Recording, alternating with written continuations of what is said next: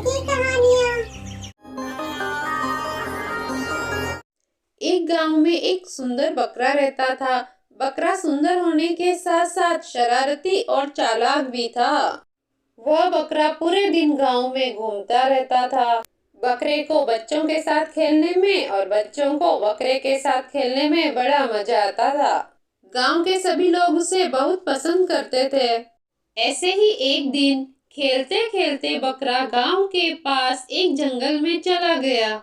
उस जंगल में एक भेड़िया रहता था जो उस दिन खाना ढूंढते हुए गांव की तरफ ही आ रहा था। तभी वह बकरा रास्ता भटकते हुए उसी जगह पर आ पहुंचा। इतने हट्टे कट्टे बकरे को अकेला जंगल में देखकर भेड़िया बहुत खुश हुआ। बकरा भेड़िए को सामने देखकर बहुत डर गया, पर उसने खुद को संभाल लिया और मन ही मन में उससे बचने के लिए कोई उपाय सोचने लगा। अरे बाप रे, अब क्या करूँ? जल्दी से मुझे इस भेड़िए से बचने के लिए कोई ना तो कोई उपाय ढूंढना ही पड़ेगा, नहीं तो मेरे इतने सुंदर से शरीर को ये चील कौवों की तरह खा जाएगा दुष्ट भेड़िया। और फिर कुछ ही समय में भेड़िया बकरे के और पास आ गया। तब भेड़िया बकरे से बोला, क्या बात है, मुझे सामने आता देख भी तू नहीं भागा? मुझे देखकर सभी डर जाते हैं, तुझे डर नहीं लगा क्या? तब बकरे ने जवाब देते हुए कहा, अरे भाग कर क्या फायदा, तुम तो मुझको पकड़ ही लेते। उससे अच्छा तुम मुझे खा लो ताकि मुझे थोड़ा पुण्य मिले और मरने के बाद में स्वर्ग जाकर सबको बता सकूं कि मेरी मौत एक बहादुर भेड़िए के हाथ हुई थी। बकरे की बात सुनकर भेड़िया बोला, वाह, तुम्हारी ये बात मुझे बहुत अच्छी लगी। वैसे तो मैं शिकार देखते ही उसे मार डालता हूँ, बोलने का मौका नहीं देता हूँ, पर तू अलग है। बोल, मरने से पहले तेरा अंतिम इच्छा क्या है? बकरा बहुत चालाक था। बकरे ने जवाब देते हुए कहा, आपका मन दया से भरपूर है। मेरी अंतिम इच्छा यह है कि मैं एक गाना गाना चाहता हूँ। मैं बहुत अच्छा गाना गाता हूँ। मेरा गाना खत्म होते ही आप मुझे खा लेना। क्या बस यही है तुम्हारी अंतिम इच्छा? तो ठीक है, तुम्हारी अंतिम इच्छा मैं पूरी जरूर करूंगा। चलो सुनाओ एक अच्छा सा गाना। फिर बकरा जोर जोर से चिल्लाने लगा।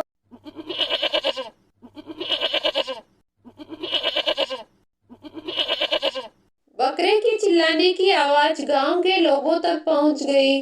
बकरे की आवाज सुनते ही गांव के लोग लाठी लेकर जंगल में पहुंच गए बकरे को बचाने के लिए। गांव के लोगों को लाठी लेकर आते देख भेड़िया वहां से भाग गया और इस तरह बकरे की जान बच गई। इस कहानी से हमें यह शिक्षा मिलती है कि हमारे सामने कितनी भी बड़ी से बड़ी मुसीबत खड़ी हो, फिर भी हमें उस समय समझदारी से काम लेना चाहिए। एक दिन की बात है, एक गधा हरे भरे मैदान से घास चर कर लौट रहा था। तब उसकी मुलाकात एक बाघ से हो गई। बाघ ने पूछा, क्यों गधे, हरी हरी घास चरकर आ रहे हो? गधा तुनक कर बोला, घास हरी नहीं नीली होती है। क्या कह रहे हो गधे, घास हरी होती है? बाघ बिगड़ कर बोला। दोनों में बहस होने लगी। कोई अपनी बात से पीछे हटने को तैयार नहीं था। काफी देर बहस करने के बाद भी परिणाम न निकलता देखकर बाघ बोला, ऐसा करते हैं, जंगल के राजा शेर के पास चलते हैं। वही फैसला करेंगे कि हम दोनों में से कौन सही है और कौन गलत। गधा राजी हो गया। फिर दोनों शेर के पास पहुँचे।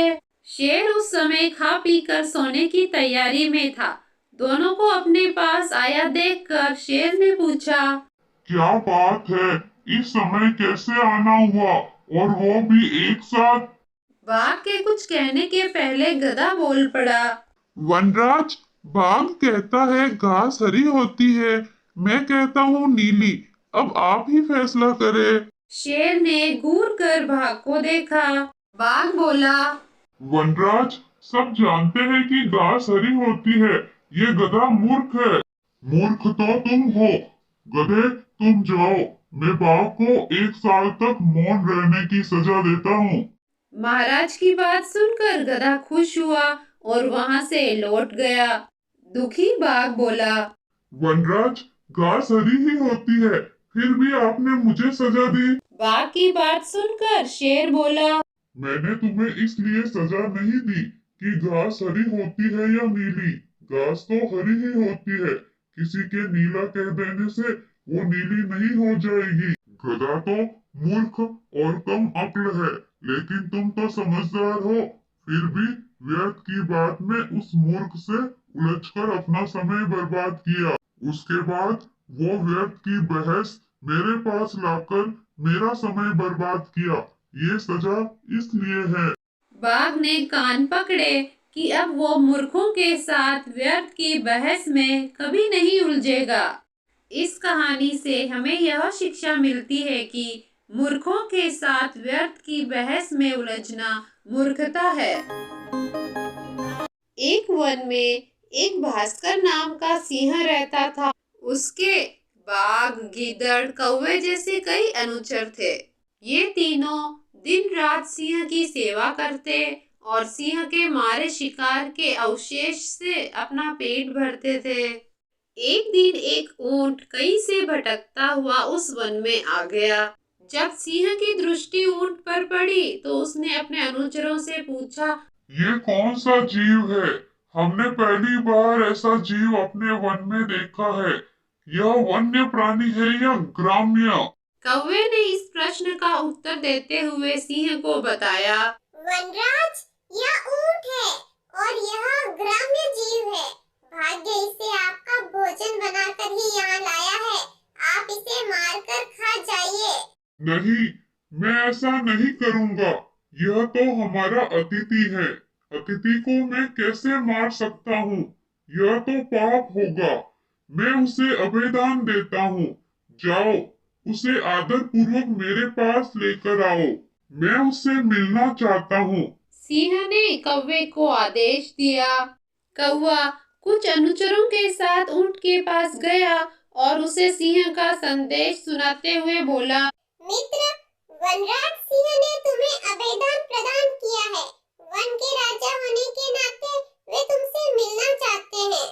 अभयदान की बात सुन ऊंट कौवे और अन्य अनुचरों के साथ सिंह के पास आ गया। सिंह ने उससे परिचय और वन में आने का कारण पूछा तो ऊंट दुखी होकर बोला, महाराज, मेरा नाम कथनक है। मैं अपने साथियों संग भ्रमण करते हुए वन में पहुंचा और उनसे बिछुड़ गया। अब मैं यहाँ अकेला रह गया हूँ। कथनक, तुम हमारा आतिथ्य स्वीकार करो। इस वन में जहाँ चाहे विचरण करो और हरी भरी घास का सेवन करो। कथनक सिंह की आज्ञा का पालन कर वहीं रहने लगा। हरी भरी घास खाकर वह कुछ ही दिनों में हष्ट पुष्ट। बाघ, गीदड़, कौवा आदि वन्य जीव जब भी उसे देखते उनकी लार टपकने लगती, किंतु वे वन के राजा सिंह के आदेश के समक्ष विवश थे। एक दिन कहीं से एक जंगली हाथी वन में आ गया। अपने अनुचरों की रक्षा के लिए सिंह को उससे युद्ध करना पड़ा। दोनों के मध्य घमासान युद्ध हुआ। युद्ध के दौरान सिंह घायल हो गया। घायल अवस्था में उसके लिए शिकार पर जाना दुष्कर हो गया, जिससे वह स्वयं तो भूखा रहने लगा, साथ ही उसके अनुचर जो उसके शिकार के अवशेष से अपना पेट भरते थे वे भी भूखे रहने लगे। अपनी दुर्दशा देख और अपने अनुचरों की परेशानी देख सिंह दुखी था। एक दिन उसने अपने अनुचरों की सभा बुलाई। सभा में सबको संबोधित करते हुए बोला, अनुचरों, मेरी अवस्था से आप सभी अवगत हो। मैं चाहता हूँ कि आप कोई ऐसा जीव तलाश करो जिसे मैं इस अवस्था में भी मार सकूं। इस तरह हम सभी की भोजन की समस्या का निराकरण हो जाएगा। सिंह की आज्ञा पाकर सभी अनुचर विभिन्न दिशाओं में शिकार की तलाश में गए, किंतु किसी के हाथ कुछ न लगा। सबके हताश वापस लौटने के बाद कौवा, गीदड़ और बाघ आपस में मंत्रणा करने लगे। उनकी दृष्टि कई दिनों से कथनक ऊंट पर थी। गीदड़ बोला, मित्रों, कथनक इस वन में रहकर कितना हष्ट-पुष्ट हो गया है। जब भी उसको देखता हूँ तो मुंह में पानी आ जाता है। तुम लोगों का क्या विचार है? क्यों ना इसे ही मारकर अपनी भूख मिटाई जाए? इधर उधर भटकने का क्या लाभ? गीदड़ की बात सुन कौवा बोला, कहे तो तुम ठीक रहे हो गीदड़ भाई, किंतु वनराज ने उसे अभय दान दिया है, वे उसे नहीं मारेंगे। अब तुम ही बताओगी उन्हें कैसे मनाए। गीदड़ इसका उपाय पहले ही सोच चुका था। उसने अपनी योजना कौवे और बाघ को बता दी।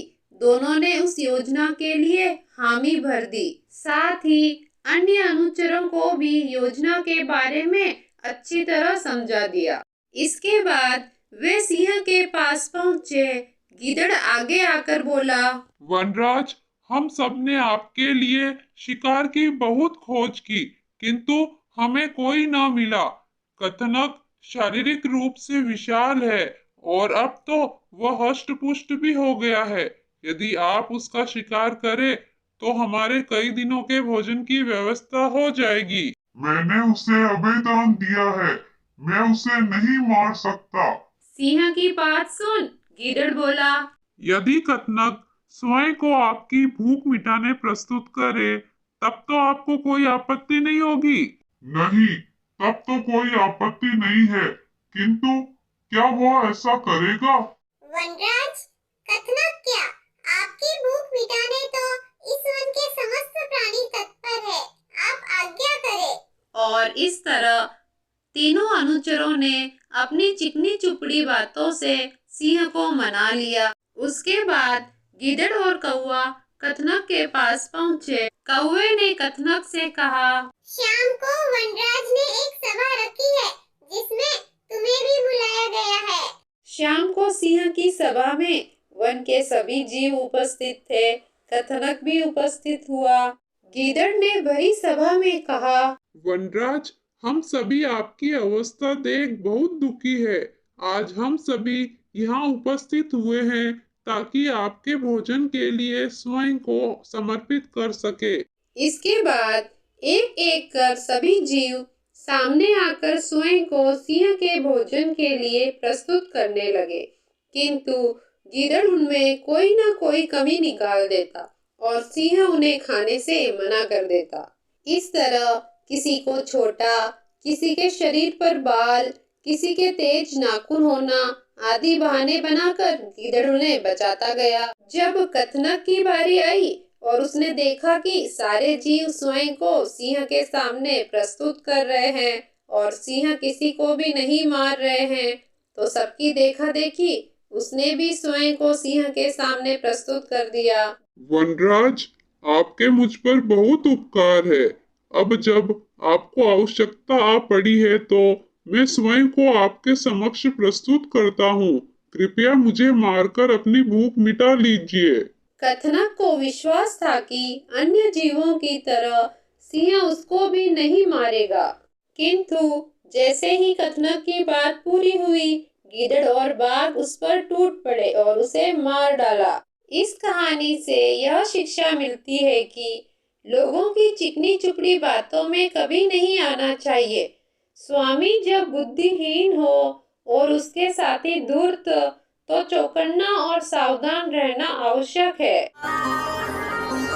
एक जंगल में एक बारहसिंगा रहता था। उसके 12 सींग थे जो बहुत सुंदर थे, मगर उसके पैर पतले और भद्दे थे। उसे अपने सींगों पर बड़ा घमंड था।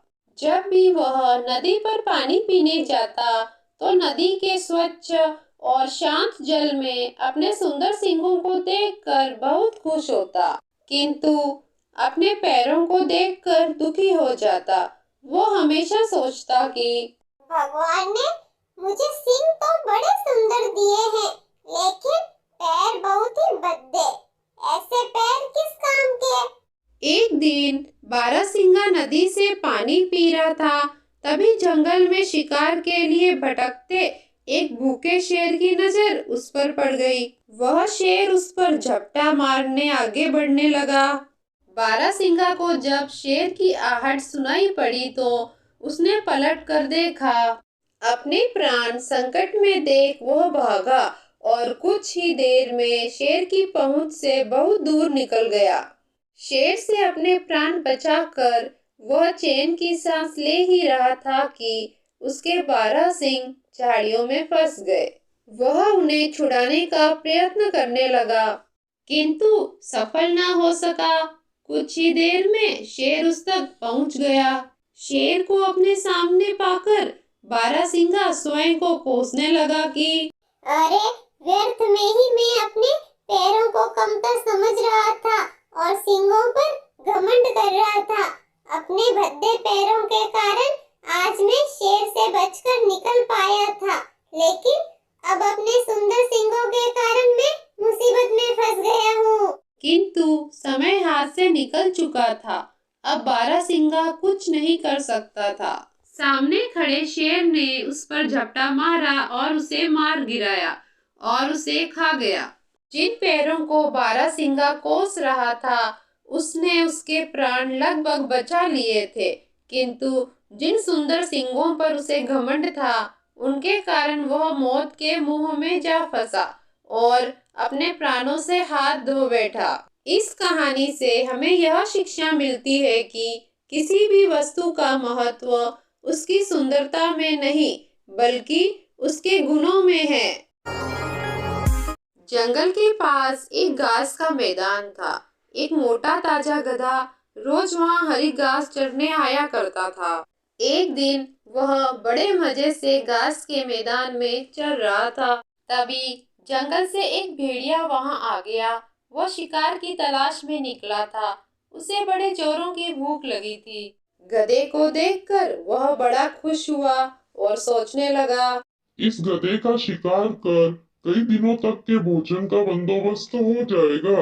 वह अवसर की ताक में एक पेड़ के पीछे छिप गया और गधे पर नजर रखने लगा। घास चरते गधे ने उसे देख लिया था। वह समझ गया था कि भेड़िया उसे मारने की फिराक में है। वह यह सोच ही रहा था कि भेड़िया उसकी ओर आने लगा। जान बचाने के लिए गधे ने एक युक्ति लगाई और वह लंगड़ा कर चलने लगा।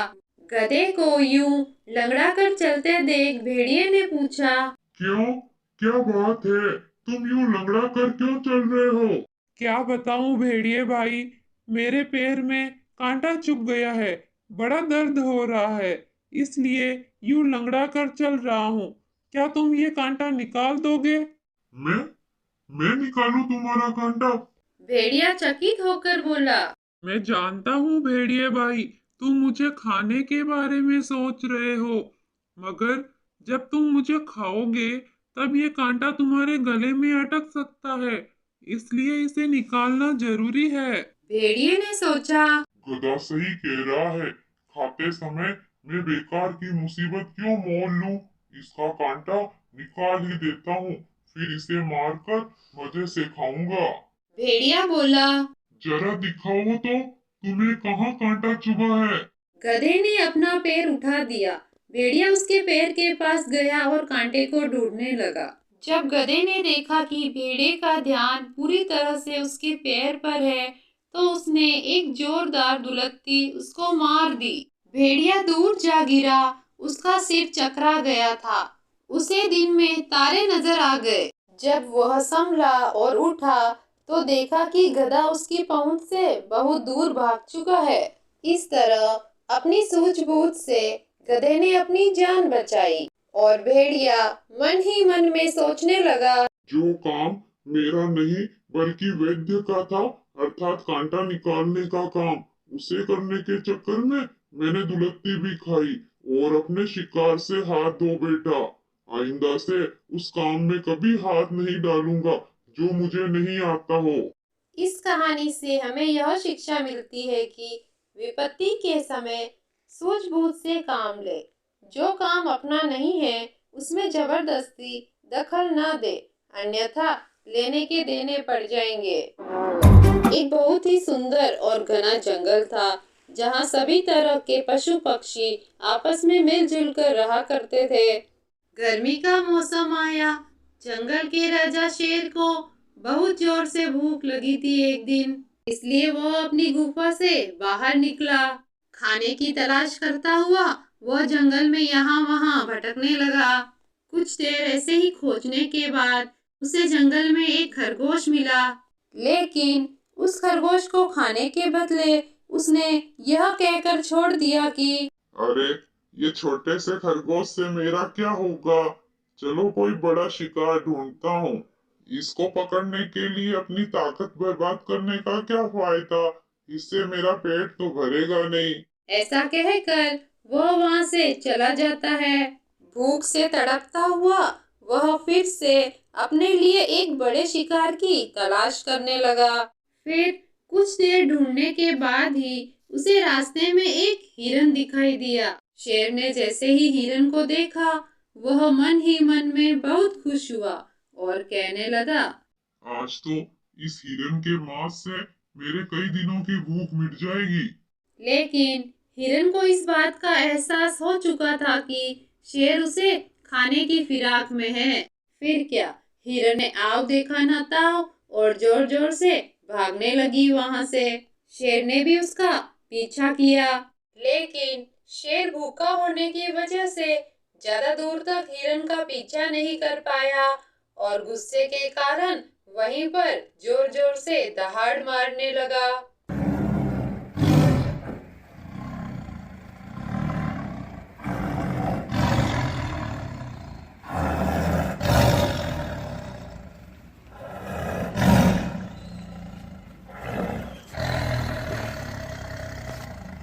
अपने शिकार को हाथ से निकलता देख वह गुस्से से तिलमिला उठा और कहने लगा, सोचा था आज तो पेट भर के खाऊंगा, लेकिन हाथ में आया हुआ शिकार भी निकल गया।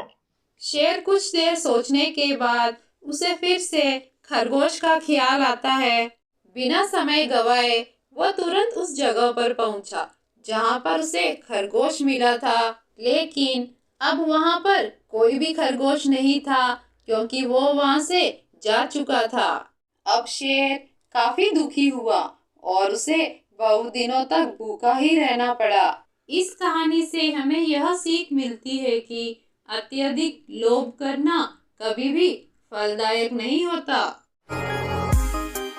एक जंगल में मादा बकरी अपने बच्चे के साथ रहती थी।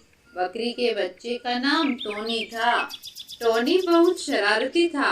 वो हमेशा उछल कूद करता रहता था। एक दिन बकरी अपने बच्चे के साथ भोजन की तलाश में निकली। दोनों बहुत समय तक जंगल में खाने की तलाश करते हैं।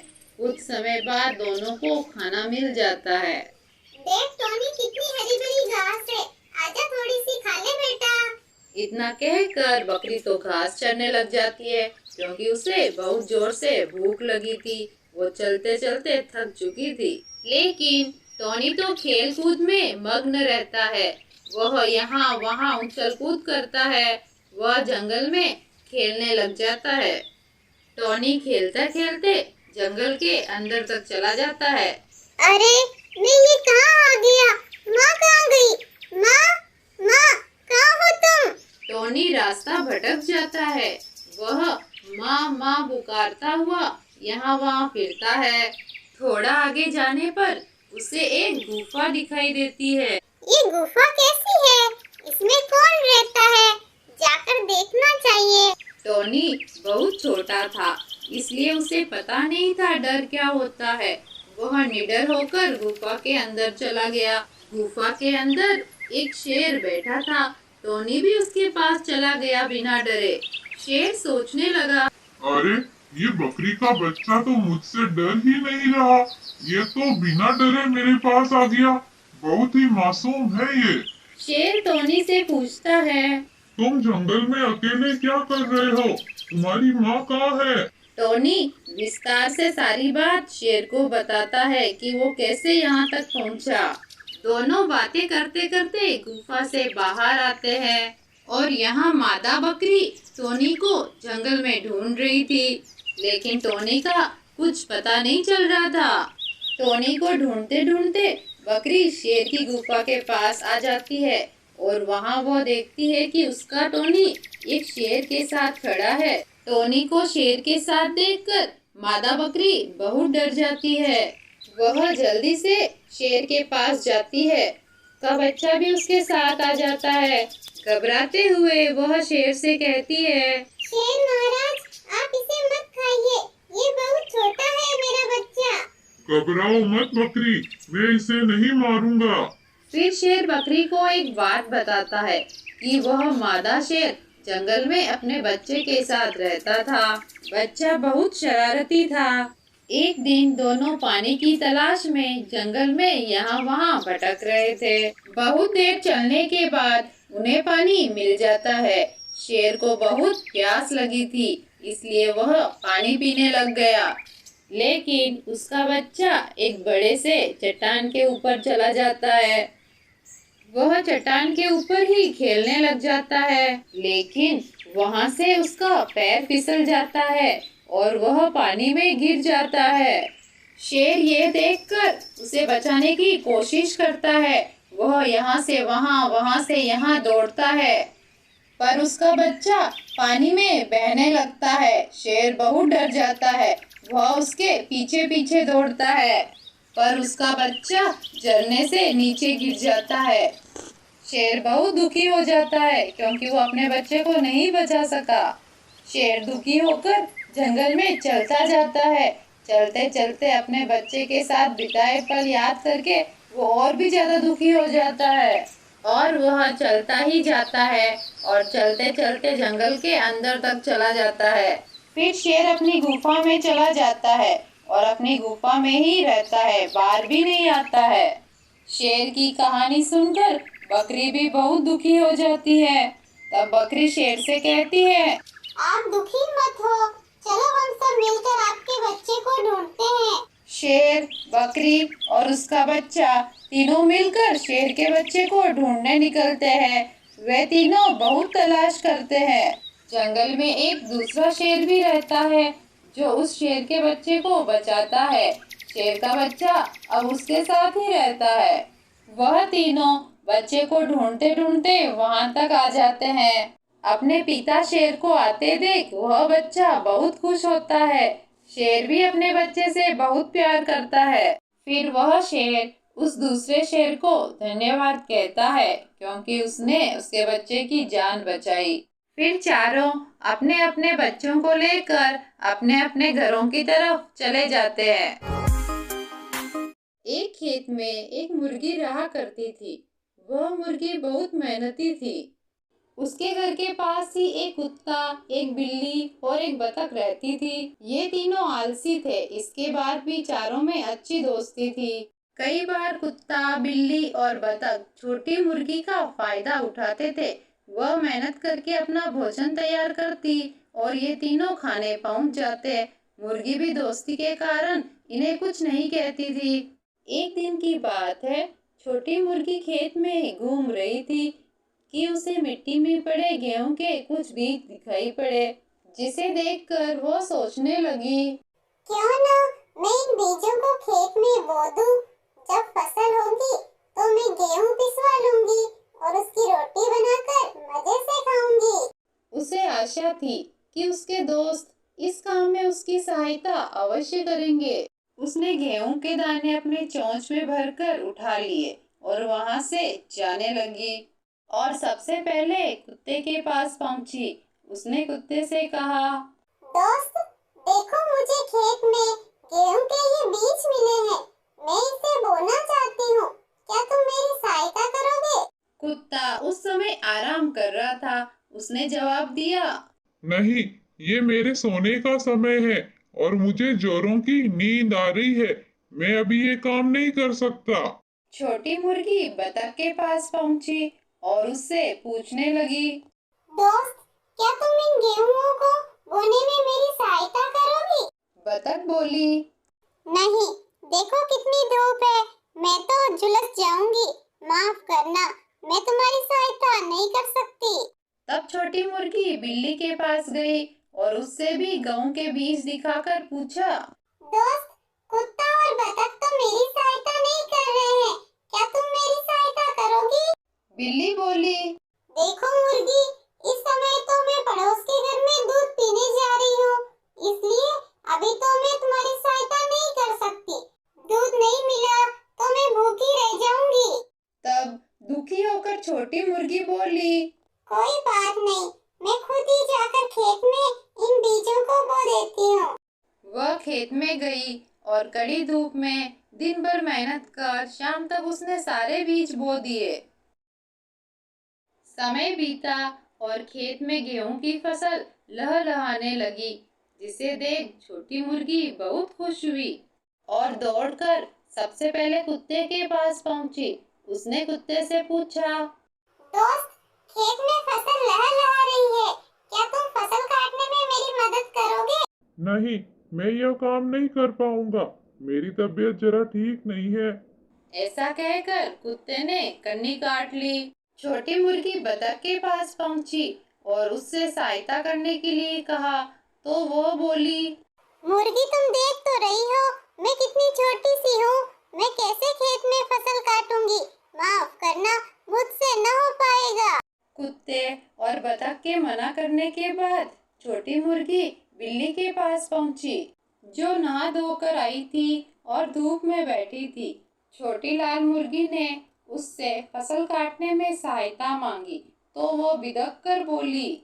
नहीं, मैं ये काम नहीं करूंगी, मैं अभी अभी नहाकर आई हूँ, मैं वहाँ धूल मिट्टी में गंदी नहीं हो जाऊंगी क्या? छोटी मुर्गी दुखी होकर वहां से चली गई और सीधे खेत में पहुंची।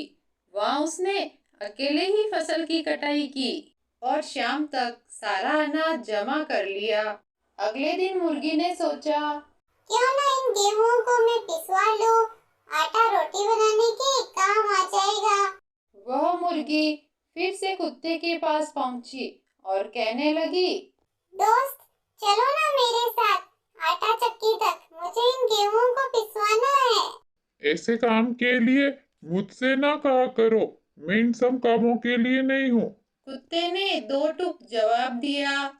छोटी मुर्गी ने जब बतख से पूछा तो उसने फिर वही बहाना बनाया कि वह तो बहुत छोटी सी है, वो इतनी दूर आटा चक्की तक नहीं जा पाएगी।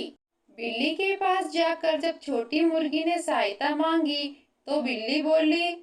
आटा चक्की से उड़ने वाले आटे से मेरे बाल खराब हो जाएंगे, मैं तो वहाँ नहीं जा सकती।